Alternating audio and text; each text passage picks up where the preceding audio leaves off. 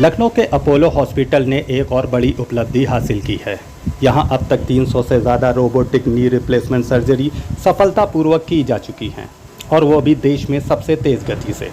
ये सर्जरी सामान्य ऑपरेशन से कहीं आगे हैं। एआई से लैस रोबोटिक आर्म से की गई ये प्रक्रियाएं बेहद सटीक होती हैं, जिससे कम दर्द, कम खून बहाव और जल्दी रिकवरी होती है। इसमें इम्प्लांट की उम्र ज़्यादा होती है और मरीज़ की ज़िंदगी की क्वालिटी भी बेहतर हो जाती है। पहले लोग इस तकनीक को लेकर हिचकते थे, लेकिन अब हर 5 में से 3 मरीज़ रोबोटिक सर्जरी को चुन रहे हैं। और यह बदलाव सिर्फ शहरों तक सीमित नहीं है। आधे से ज़्यादा मरीज़ बाराबंकी, हरदोई, रायबरेली जैसे इलाकों से आ रहे हैं। डॉक्टर संजय श्रीवास्तव और उनकी टीम की मेहनत ने इस उपलब्धि को मुमकिन बनाया है। वहीं डॉक्टर मयंक सोमानी के नेतृत्व में अपोलो अब यूरोलॉजी, कार्डियक और कैंसर सर्जरी में भी रोबोटिक तकनीक का विस्तार कर रहा है। ये सिर्फ सर्जरी नहीं, ये है स्वास्थ्य सेवाओं में एक नई क्रांति। जो पहला सवाल आपने किया कि जर्नी कैसी रही, तो मैं कहूँगा वंडरफुल। कारण ये है कि आई ऑलवेज बिलीव कि जो भी नई टेक्नोलॉजी आती है, स्पेशली इन मेडिकल फील्ड, वो कहीं ना कहीं मरीज़ के हित के लिए आती है। वही चीज़ डेवलप होकर ऊपर आती है जो मरीज़ को कहीं फ़ायदा दे रही होती है। तो उसको जब तक यूटिलाइज नहीं करेंगे और पेशेंट के पास उसका यूजेस नहीं पहुंचेगा, उस टेक्नोलॉजी का कोई फ़ायदा नहीं है। अगर वो 2-4 जगहों पे कहीं अवेलेबल है तो वो किसी मासेस के यूज़ की नहीं है। तो हमारा भी पर्पज़ यही था कि भाई ये टेक्नोलॉजी यहाँ पे अवेलेबल होनी चाहिए, यूपी में अवेलेबल होनी चाहिए, हमारे पेशेंट्स के लिए होनी चाहिए, उसका बेनिफिट इसको मिलना चाहिए। तो वो इस सोच से हम लोगों ने स्टार्ट किया था और we are very happy. 300 number कर लेना यूपी जैसी स्टेट में, जहाँ पे लोगों की पॉकेट रीजनेबल पॉकेट है, बहुत एक्स्ट्रावेजेंट खर्चा नहीं कर सकते, फिर भी एक नई टेक्नोलॉजी के लिए, अपने बेहतरीन आउटपुट के लिए लोगों ने ऑप्ट किया और कर रहे हैं। आज की तारीख में हमारे पास 1.5 महीने की रोबोटिक की वेटिंग है। इतने पेशेंट्स हैं कि हम लोग कर नहीं पा रहे हैं। तो ये अपने आप में शो करता है कि उसकी एक्सेप्टेंस कैसी है। ठीक। दूसरा, जैसे मैंने बताया कि अब पेशेंट्स को मुझे नहीं बताना होता, वो आते हैं कि साहब मुझे रोबोटिक नी रिप्लेसमेंट कराना है। ठीक? अब बात रही कि क्यों करना है। ठीक? जब नॉर्मल नी रिप्लेसमेंट हम लोग करते हैं तो उसके कुछ तरीके होते हैं करने के, जिसकी वजह से बॉडी पे काफ़ी स्ट्रेस आता है, क्योंकि हमको उस पेशेंट की बॉडी का अलाइनमेंट, उसके जॉइंट का अलाइनमेंट, उसकी बोन्स को समझना होता है, और जो इंस्ट्रूमेंटेशन हमारे पास है उससे उसको अलाइन करना पड़ता है, देख के, टेबल पे समझ के कि भाई ये पेशेंट की बॉडी का स्टेटस है, इस हिसाब से हम जॉइंट को लगाएंगे। आपका जॉइंट अलग, मेरा जॉइंट अलग, इनका जॉइंट अलग। अगर मैं अपने हिसाब से जॉइंट इनको लगा दूंगा, इनके काम नहीं करेगा, इनके हिसाब से मेरे लग जाएगा, मेरे काम नहीं करेगा। तो मेरे जो जॉइंट लगना चाहिए वो मेरी बॉडी के हिसाब से लगना चाहिए। इसको कस्टमाइजेशन कहते हैं। वो कस्टमाइजेशन नॉर्मल सर्जिकल प्रोसेस में बहुत लिमिटेड हो सकता है। ठीक? तो उस वजह से हमें एक्यूरेसी उतनी नहीं मिलती।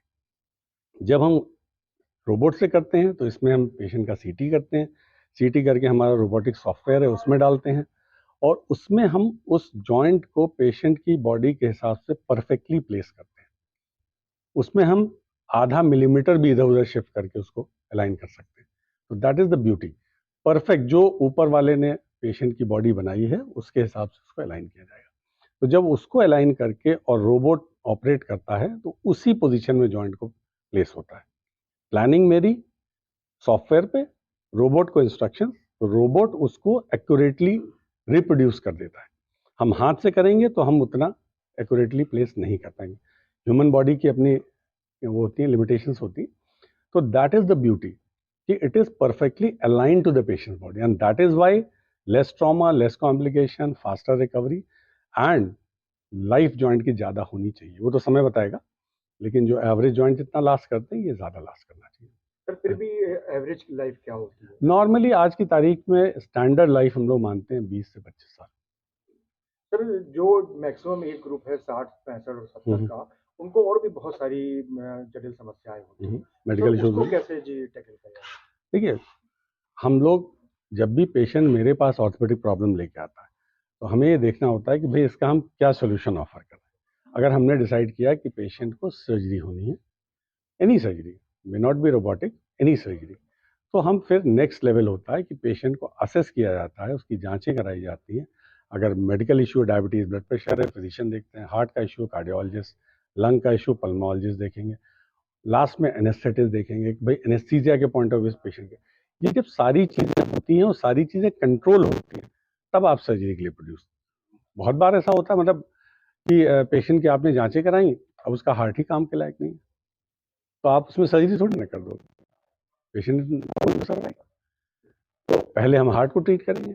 जब हार्ट हमारा ठीक होके इस लेवल पे आएगा तो रिप्लेसमेंट किया जा सकता है, आप करेंगे उसको। तो वो सारे चीज़ों को आपने जो बात कही बिल्कुल सही, इस उम्र में कोई भी मरीज सिंगल बीमारी लेके नहीं आता, हर एक को 2-4 बीमारियां, बीपी शुगर तो मतलब जैसे स्टैंडर्ड है, उसको तो बिना पूछे लिख दो, ठीक। तो वो सारी चीज़ें कंट्रोल करने की ज़रूरत होती है। थोड़ा सा दिक्कत हो जाती है, मतलब कॉम्प्लिकेशंस अगर रहते हैं तो। बिल्कुल, कॉम्प्लिकेशंस आप कोई दुनिया की सर्जरी कर लें, किसी दुनिया के सेंटर पर कर लें, risk of complication is always there because this is nature. आप सारी चीज़ें असेस करके सारी चीज़ें कंट्रोल नहीं कर सकते। आप जो कुछ भी जितने भी आपके पास जरिए हैं वो सब जांच करके उस असेस करके तब पेशेंट को आप आगे प्रोड्यूस करते हो, ठीक। फिर भी सर्टेन परसेंटेज ऑफ कॉम्प्लिकेशंस होते हैं। कोशिश ये होती है कि उनको कॉम्प्लिकेशन को कितना कट डाउन कर पाएँ।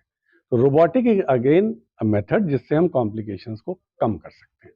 सर ये बीमारी लगातार बढ़ती जा रही है और घर घर इसका अभी प्रचार उसका है। जवाब मैंने दिया, जी अभी मैंने जवाब दिया, हम ही लोग रिस्पॉन्सिबल हैं। तो सर आम जनता को क्या भाई मैसेज है? भाई हमारे दादाजी 94 ईयर्स की एज तक थे और कोई उनको आर्थराइटिस नहीं थी, टिल ही लेफ्ट। वॉकिंग सब करते थे, सब एक्टिविटी करते थे, क्योंकि वो शुरू से थे। उनका नियम था कि मुझे 3 किलोमीटर रोज पैदल टहलना है, मुझे योगा करना है, मुझे करना। हम लोग का क्या है, एक्सरसाइजेज आप बच्चे देख लीजिए, हम अब नेक्स्ट जनरेशन को और ज़्यादा प्रॉब्लम होगी। बच्चों को देख लीजिए, फिजिकल एक्टिविटी है ही नहीं, टोटल गेम्स टीवी उस पर ज़्यादा एम्फेसिस, फिजिकल एक्टिविटी पे नहीं है। तो वो डेवलपमेंट की स्टेज में नहीं है, तो इसका इफेक्ट आपको अगले 20 साल में दिखाई देगा। सर कौन सी मिनिमम एज ग्रुप है और कौन सा मैक्सिमम? मैंने बताया जैसे 38 ईयर्स का मिनिमम पेशेंट है जिसको मैंने किया, और 104 ईयर्स का मैक्सिमम।